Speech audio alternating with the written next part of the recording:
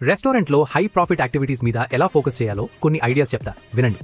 Number 10, best selling items మీద focus చేయాలి. Already demand ఉన్న ఐటమ్స్ ని ఎక్కువ ప్రమోట్ చేస్తే సేల్స్ ఫాస్ట్ గా పెరుగుతాయి. నంబర్ 9, టేబుల్ టర్నోవర్ మీద ఫోకస్ చేయాలి. కస్టమర్స్ చాలాసేపు కూర్చుంటే కొత్త కస్టమర్స్ కి ఛాన్స్ మిస్ అవుతుంది. నంబర్ 8, పీక్ అవర్స్ లో హై మార్జిన్ ఐటమ్స్ మీద ఫోకస్ చేయాలి. ఈ టైంలో సేల్స్ ఎక్కువ ఉంటాయి కాబట్టి ప్రాఫిట్ కూడా ఫాస్ట్ గా పెరుగుతుంది. నంబర్ 7, మెన్యూని ప్రతి మంత్ రివ్యూ చేయాలి. స్లో మూవింగ్ ఐటమ్స్ ని రిమూవ్ చేసి ప్రాఫిటబుల్ ఐటమ్స్ ని మెయింటైన్ చేయాలి.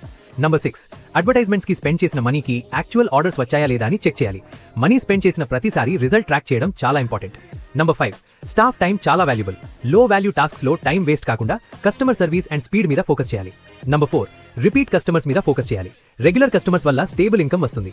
నంబర్ 3, సప్లయర్ కాస్ట్ ని డైలీ మానిటర్ చేయాలి. ఇంగ్రీడియంట్స్ ప్రైసెస్ ఫ్రీక్వెంట్ గా చేంజ్ అవుతాయి కాబట్టి ఎక్స్పెన్సెస్ కంట్రోల్లో ఉంచాలి. నంబర్ 2, ట్రైనింగ్ స్ట్రాంగ్ గా ఉంటే టీమ్ స్పీడ్ పెరుగుతుంది. ఓనర్ కి ఫ్రీ టైం దొరుకుతుంది. అప్పుడు ప్రాఫిట్స్ ఇంప్రూవ్ చేయడం మీద ఫోకస్ చేయగలడు. నంబర్ 1, డైలీ క్యాష్ ఫ్లో మీద ఫోకస్ ఉండాలి. ఇన్కమ్ అండ్ ఎక్స్పెన్సెస్ క్లియర్ గా తెలిస్తే లాస్ ని ఫాస్ట్ గా డిటెక్ట్ చేయొచ్చు. ఫైనల్ గా ఒక important point, profit activities identify చేస్తే అదే రెస్టారెంట్ లో ఇన్కమ్ డబుల్ అవ్వడం పాసిబుల్. రేపు డిస్కౌంట్స్ ఇవ్వకుండా కస్టమర్స్ ని ఎలా అట్రాక్ట్ చేయాలో చెప్తా. ఫాలో చేసి సేవ్ చేసుకోండి.